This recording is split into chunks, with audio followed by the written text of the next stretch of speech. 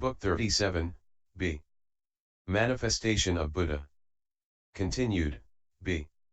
When the sun comes out, infinite living beings all receive its benefits. It disperses the darkness and gives light, dries up moisture, causes plants and trees to grow, matures crops, permeates the sky, causes lotuses to bloom, allows travelers to see the road, allows people to do their work, because the orb of the sun radiates infinite beams of light everywhere. The sun of knowledge of Buddha is also like this, benefiting sentient beings everywhere by infinite works, destroying evil and producing good.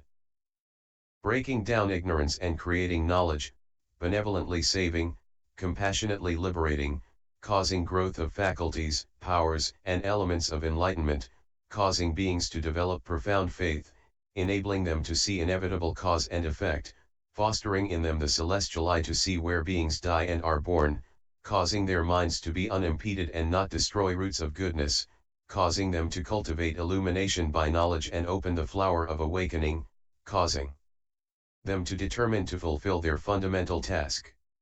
Why? Because Buddha's immense sun body of knowledge and wisdom radiates infinite light, illumining everywhere. This is the third characteristic of the body of Buddha. Great enlightening beings should see it thus. When the sun rises, first it lights up the highest mountains, then the lower mountains, then the high plateaus, and finally the whole land, but the sun does not think, first I will illumine here, afterward I will illumine there. It is just because of difference in height of the mountains and land that there is a succession in illumination.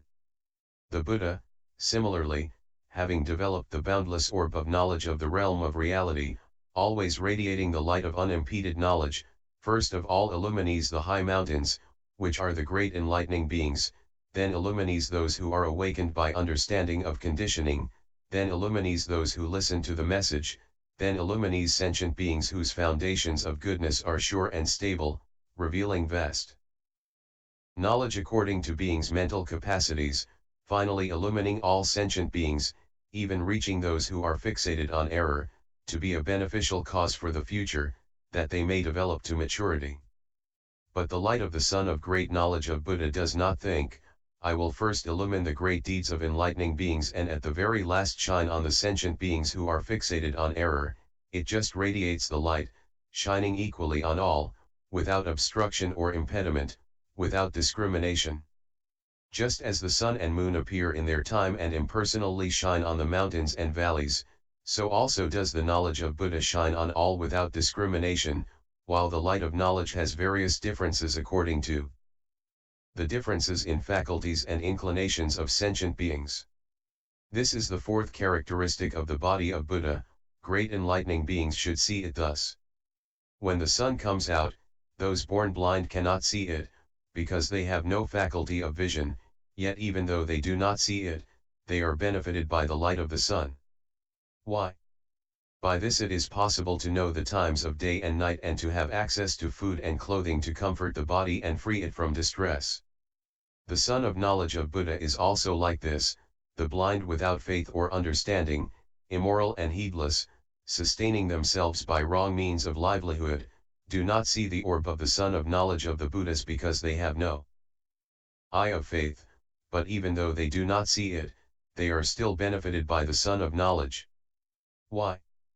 Because by the power of Buddha it makes the causes of future suffering of those beings, physical pains and psychological afflictions, all vanish.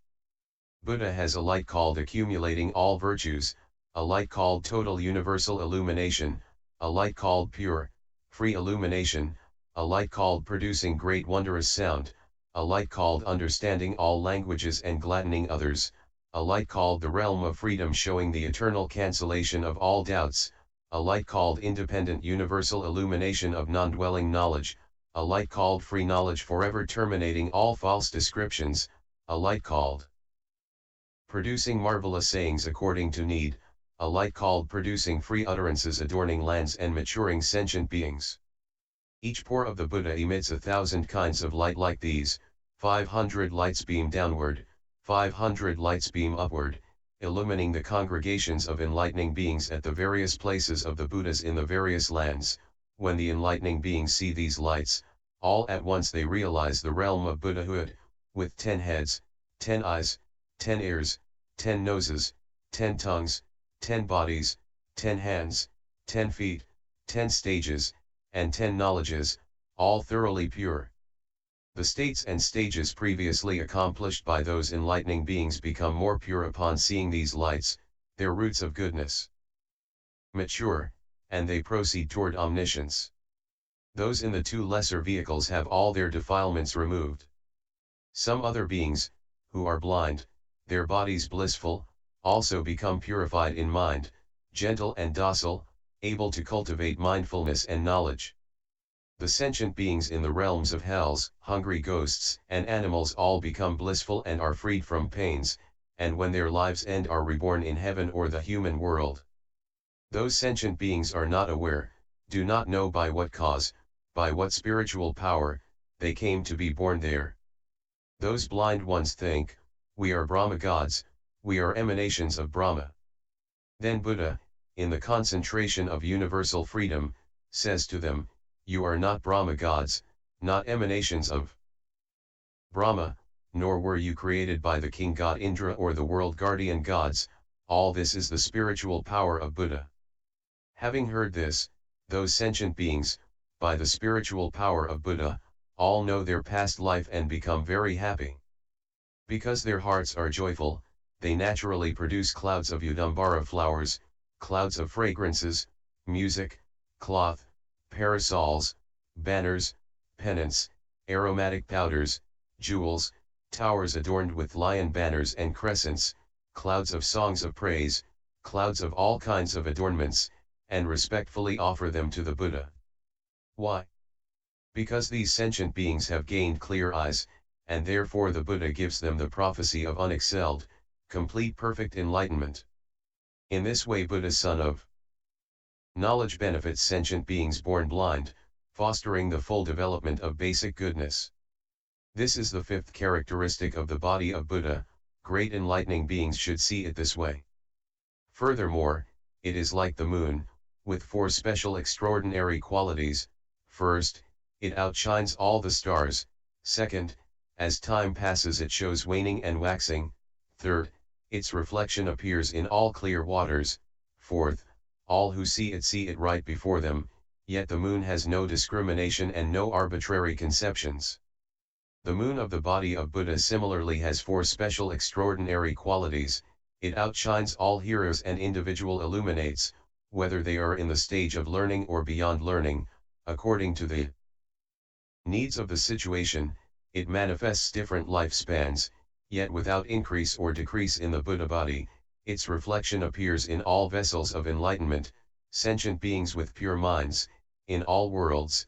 All sentient beings who behold it think the Buddha is in their presence alone. According to their inclinations, Buddha teaches them, liberating them according to their states, causing them to perceive the Buddha body according to their needs and potentials for edification. Yet the Buddha body has no discrimination, no arbitrary conceptions, all benefits it renders reach the ultimate end.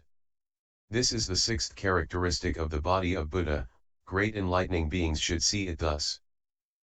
Furthermore, just as the supreme Brahma God of a billion-world universe simply manifests its body in the billion worlds, and all beings see Brahma before them, yet Brahma does not divide its body and does not have multiple bodies, in the same way the Buddhas have no discrimination, no false representations, and do not divide their bodies or have multiple bodies, yet they manifest their bodies in accord with the inclinations of all sentient beings, without thinking that they manifest so many bodies. This is the 7th characteristic of the body of Buddha. Great enlightening beings should see it this way. A master physician is well versed in all medications and the science of hypnosis, fully uses all the medicines in the land, and, also, because of the power of the physician's past roots of goodness, and because of using hypnotic spells as an expedient, all those who see the physician recover from illness. That master physician, sensing impending death, thinks, after I die, sentient beings will have no one to rely on, I should manifest an expedient for them. Then the master physician compounds drugs, which he smears on his body, and supports his body by spell power, so that it will not decay or shrivel after death, so its bearing, seeing, and hearing will be no different from before, and all cures will be effected.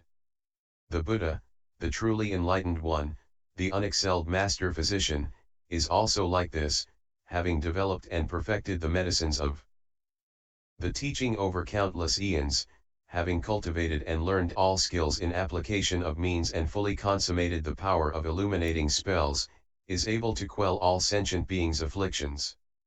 Buddha's life spans measureless eons, the body pure, without any cogitation, without activity, never ceasing the works of Buddhas, the afflictions of all sentient beings who see Buddha dissolve away. This is the eighth characteristic of the body of Buddha. Great enlightening beings should see it in this way. In the ocean there is a great jewel called radiant repository, in which are assembled all lights. If any sentient beings touch its light, they become assimilated to its color. If any see it, their eyes are purified. Whenever the light shines it rains jewels called felicity that soothe and comfort beings. The body of Buddha is also like this, being a treasury of knowledge in which are collected all virtues. If any sentient beings come in contact with the light of precious knowledge of the body of Buddha, they become the same as Buddha in appearance. If any see it, their eye of reality is purified. Wherever that light shines, it frees sentient beings from the miseries of poverty and ultimately imbues them with the bliss of enlightenment. The body of Buddha has no discrimination and no false conceptions, but can perform great Buddha works for all sentient beings. This is the ninth characteristic of the body of Buddha. Great enlightening beings should see it in this way. In the ocean is a great wish-fulfilling jewel called treasury of adornments of all worlds, fully endowed with 1,000,000 qualities, eliminating calamities and fulfilling wishes of beings wherever it is. However, this jewel cannot be seen by beings of little merit. The supreme wish-fulfilling jewel of the body of Buddha is also like this, called able to gladden all beings. If any sentient beings see the body of Buddha, hear the name, and praise the virtues, they will all be enabled to escape forever the pains and ills of birth and death. Even if all beings in all worlds focus their minds all at once on the desire to see Buddha, they will all be enabled to see and their wish will be fulfilled. The Buddha body cannot be seen by sentient beings of little merit unless they can be tamed by the spiritual power of Buddha. If sentient beings, because of seeing the body of Buddha, plant roots of goodness and develop them, they are enabled to see the body of Buddha for their development. This is the 10th characteristic of the body of Buddha. Great enlightening beings should see it thus, because their minds are measureless, pervading the 10 directions, because their actions are as unhindered as space, because they penetrate everywhere in the realm of reality, because they abide in absolute truth, because they have no birth or death, because they remain equal throughout past, present, and future, because they are forever rid of all false discriminations, because they continue their eternal vows, because they purify all worlds, because they adorn each Buddha body. Then the great enlightening being universally good, in order to again clarify what he meant, said in verse: just as space pervades the 10 directions like form but not a form, existent but not existent, omnipresent, without bounds, in beings, bodies and lands, in all times, so does the true body of Buddhas pervade all phenomena, invisible, ungraspable, yet manifesting bodies to teach beings. Just as space cannot be grasped, yet lets all beings do their work, without thinking what it does, how it does it, or for whom. The physical action of Buddhas is also thus causing beings to practice good ways, yet the Buddha never has any notion of acting on them variously. When the sun comes up over the land, it completely removes the darkness. Mountains, trees, lakes, flowers, earth, and all beings, all the various species receive benefit. The Son of Buddha emerging too is thus causing human and celestial good actions to grow, obliterating the darkness of ignorance so they gain the light of knowledge and always experience all glorious bliss. When the sun first comes up, it shines first on the high mountains, then the others, then shines on the high plains, then the whole land. Yet the sun never has any discrimination. The light of Buddha is also thus. First illumining the enlightening beings, then the self-enlightened. Then last the listeners and all sentient beings. Yet the Buddha basically has no stirring thoughts. Just as the blind cannot see the sun, yet sunlight still benefits them, enabling them to know time and season and receive food and drink, to be freed from troubles and gain physical ease. In the same way faithless beings do not see Buddha. Yet Buddha benefits them as well. By hearing Buddha's name or being touched by Buddha's light, they can even reach enlightenment. Just as the moon in the sky outshines the stars and appears to wax and wane, shows its reflection in all waters, and appears face to face with those who behold it, the clear moon of Buddha is also thus outshining other vehicles, showing length and brevity, appearing in the clear mind water of humans and gods, seeming to be present to everyone. Just as the god Brahma, while in its own palace, appears in all the Brahma abodes in the universe, so all humans and celestials can see it, yet does not actually divide its body to go to them. Likewise does the Buddha's manifestation of bodies pervade everywhere in the 10 directions, those bodies countless, incalculable in number, yet without dividing bodies, without discrimination, like a physician skilled in his arts, seeing whom all are cured. And though his life is ended, he embalms his body so that it will work as before. So also does the supreme healer have all knowledge of techniques, manifesting embodiment as Buddha by excellent practices of yours, so the afflictions of all who see are destroyed. In the ocean is a superb jewel which radiates countless beams of light, those who come in contact with it become the same color, and the eyes of those who see it are purified. The supreme jewel is also thus, those whom its light touches become the same in appearance. In those who get to see it the 5 eyes open, they break through the darkness of the senses, and dwell in Buddhahood. The wish-fulfilling jewel satisfies all desires. Those of little virtue cannot see it, though this is not by the jewel's discrimination. The jewel of Buddha is also thus fulfilling all desires. Faithless beings cannot see it, but not because Buddha abandons them. How should great enlightening beings know the voice of Buddha? They should know Buddha's voice is omnipresent, because it pervades all sounds. They should know Buddha's voice pleases all according to their mentalities, because its explanation of truth is clear and comprehensive. They should know Buddha's voice gladdens all according to their resolve, because their minds gain clarity and coolness.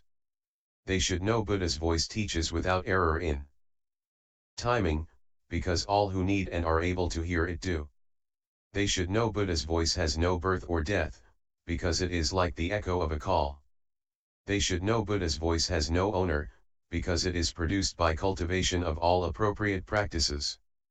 They should know Buddha's voice is extremely profound, because it cannot be measured. They should know Buddha's voice has no falsehood or deviousness, because it is born of the realm of truth. They should know Buddha's voice has no end, because it permeates the cosmos. They should know Buddha's voice has no change, because it reaches the ultimate. Great enlightening beings should know that Buddha's voice is neither quantified nor unquantified, neither has a master nor lacks a master, neither communicates nor does not communicate. Why? It is as when the world is about to disintegrate, there is no master, no maker, yet it spontaneously emits 4 voices. One says, you all should know that the well-being of the first meditation stage, free from the ills of desire, surpasses the realm of desire. The sentient beings hearing this are naturally able to accomplish the first meditation stage, relinquish the body of the realm of desire and be born in Brahma heaven. The second voice says, you should know that the well-being of the second meditation stage, without reflection and rumination, surpasses the Brahma heaven. The sentient beings hearing this naturally manage to accomplish the second meditation stage, relinquish the body of Brahma heaven, and are born in the light sound heaven. The third voice says, you should know that the well-being of the third meditation stage has no flaws and surpasses the light sound heaven. Hearing this, the sentient beings are naturally able to achieve the third meditation stage, relinquish the body of the light sound heaven, and are born in the heaven of universal purity. The fourth voice says, you should know that the tranquility of the fourth meditation stage surpasses the heaven of universal purity. Hearing this, the sentient beings are naturally able to achieve the fourth meditation stage, relinquish the body of the heaven of universal purity, and are born in the heaven of vast results. These voices have no master or maker, they are just produced by the power of good practices of sentient beings. The voice of Buddha is also like this, without master or maker, without discrimination, not entering, not emerging, yet producing four great voices from the power of the virtuous qualities of Buddha. One voice says, you all should know that all conditioned states are miserable. There is the misery of hells, the misery of animality, the misery of hungry ghosthood, the misery of lack of virtue, the misery of clinging to self and possessions, the misery of evil-doing. If you want to be born human or divine, you should plant roots of goodness. Born in the human world or in a heaven, you will leave all situations in which enlightenment is difficult. Sentient beings, having heard this, give up error and perversity, practice good actions, leave all difficulties behind, and are born in the human world or in heaven. The second voice says, you should know that the myriad pains of all conditioned states are as searing as balls of hot iron. Conditioned states are impermanent and pass away. Nirvana is tranquil, unfabricated well-being, beyond all burning, extinguishing all inflaming afflictions. Having heard this, sentient beings diligently practice good principles, and in the vehicle of listeners to Buddha's voice attain the tolerance of conformity to the message. The third voice says, you should know that those in the vehicle of listeners follow the words of another to understand, their knowledge and wisdom is narrow and interior. There is a higher vehicle called the vehicle of the individually awakened, whose enlightenment does not depend on a teacher. You should learn it. Those inclined to a superior path, having heard this voice, give up the path of listeners and cultivate the vehicle of the individually awakened. The fourth voice says, you should know that there is an even higher path beyond the ranks of these two vehicles, which is called the Great Vehicle, practiced by enlightening beings, following the six transcendent ways, not stopping enlightening practice, not relinquishing the determination for enlightenment, being in the midst of infinite birth and death without getting sick of it.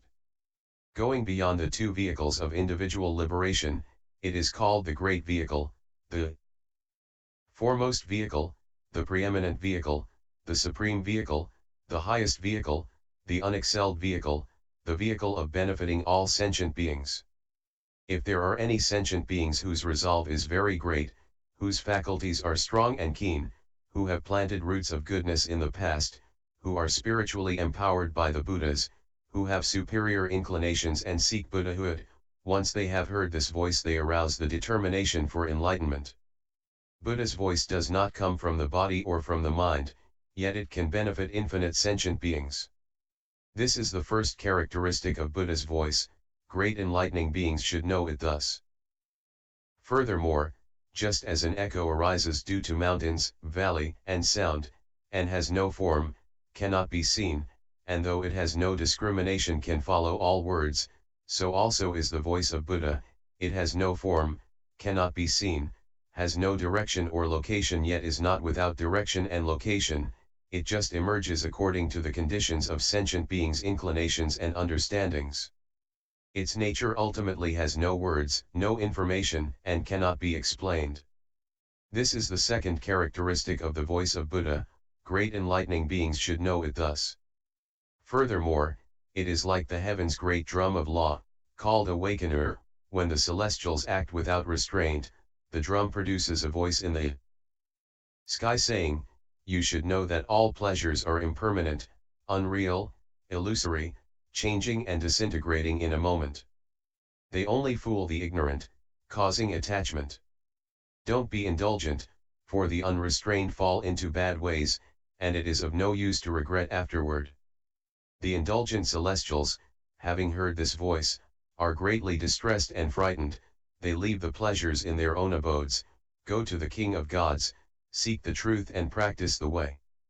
The sound of that drum has no master, no maker, no origin, no destruction, yet it can benefit infinite sentient beings.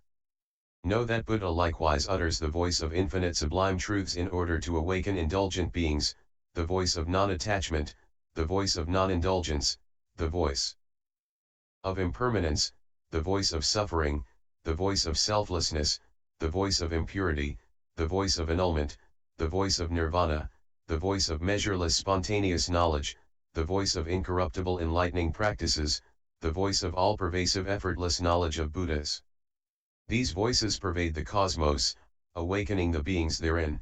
Countless sentient beings, having heard them, all become joyful and diligently cultivate good ways, each seeking emancipation by their respective vehicles of emancipation, that is, some practice the vehicle of listeners, some practice the vehicle of individual awakening, and some practice the unsurpassed great vehicle of enlightening beings.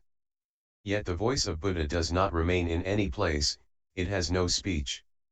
This is the third characteristic of the voice of Buddha. Great enlightening beings should know it thus. Again, it is like the case of the celestial concubine of the great Lord God, named Beautiful Mouth, whose voice corresponds to 100,000 kinds of music, within each of which are also 100,000 different tones.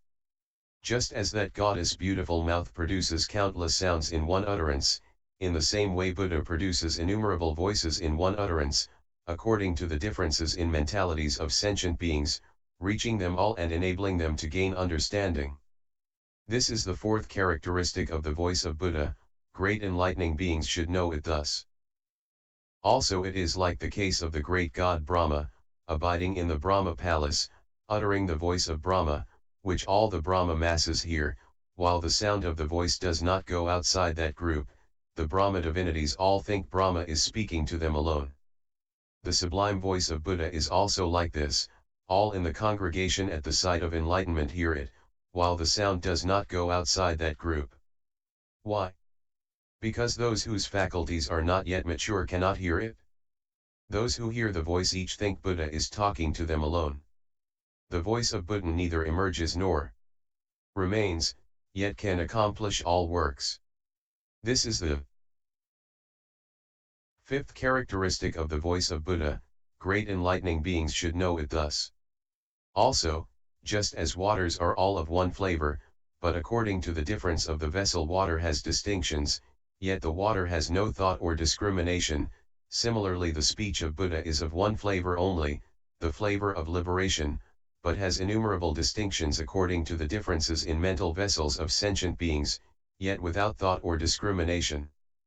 This is the sixth characteristic of the voice of Buddha. Great enlightening beings should know it thus.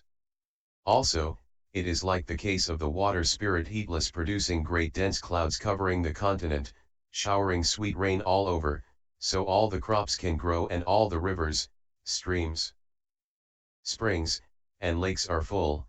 This great rainwater does not come from the water spirit's body or mind, yet can benefit sentient beings in various ways.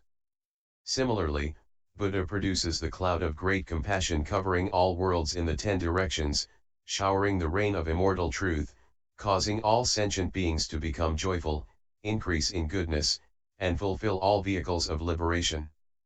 The voice of Buddha does not come from without and does not emerge from within, yet can benefit all sentient beings. This is the seventh characteristic of the voice of Buddha. Great enlightening beings should know it thus.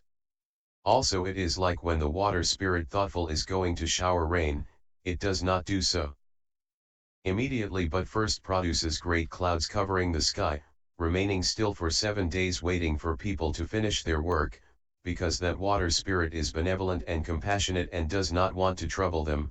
After 7 days it showers a fine rain, moistening the earth. Similarly, when Buddha is going to shower the rain of truth, he does not do so at once, but first produces great clouds of teaching in order to mature sentient beings so they will not be startled or frightened. After they are mature he showers on all the rain of immortal truth, expounding the most profound, subtle good teaching, gradually filling them with the flavor of the unexcelled teaching of omniscience of Buddhas. This is the eighth characteristic of the voice of Buddha. Great enlightening beings should know it thus. In the ocean is a great water spirit called magnificent array. When it showers rain on the ocean, it may shower rain in 10 kinds of arrays, or 100, or 1,000, or rain in 100,000 kinds of arrays. The water has no discrimination, it is just the inconceivable power of the water spirit that causes its arrays to be infinitely different. Similarly, when Buddha teaches truth, it may be expressed in 10 different tones, or 100, or 1,000, or 100,000, or 84,000 tones explaining 84,000 practices, up to countless hundreds of thousands of millions of tones, each explaining the truth in particular ways. To gladden all who hear. The voice of Buddha makes no discrimination, it is just that Buddhas, complete and pure in the profound realm of truth, are able to make various utterances in accord with the needs of sentient beings, making them happy. This is the ninth characteristic of the voice of Buddha. Great enlightening beings should know it thus. Continued, c.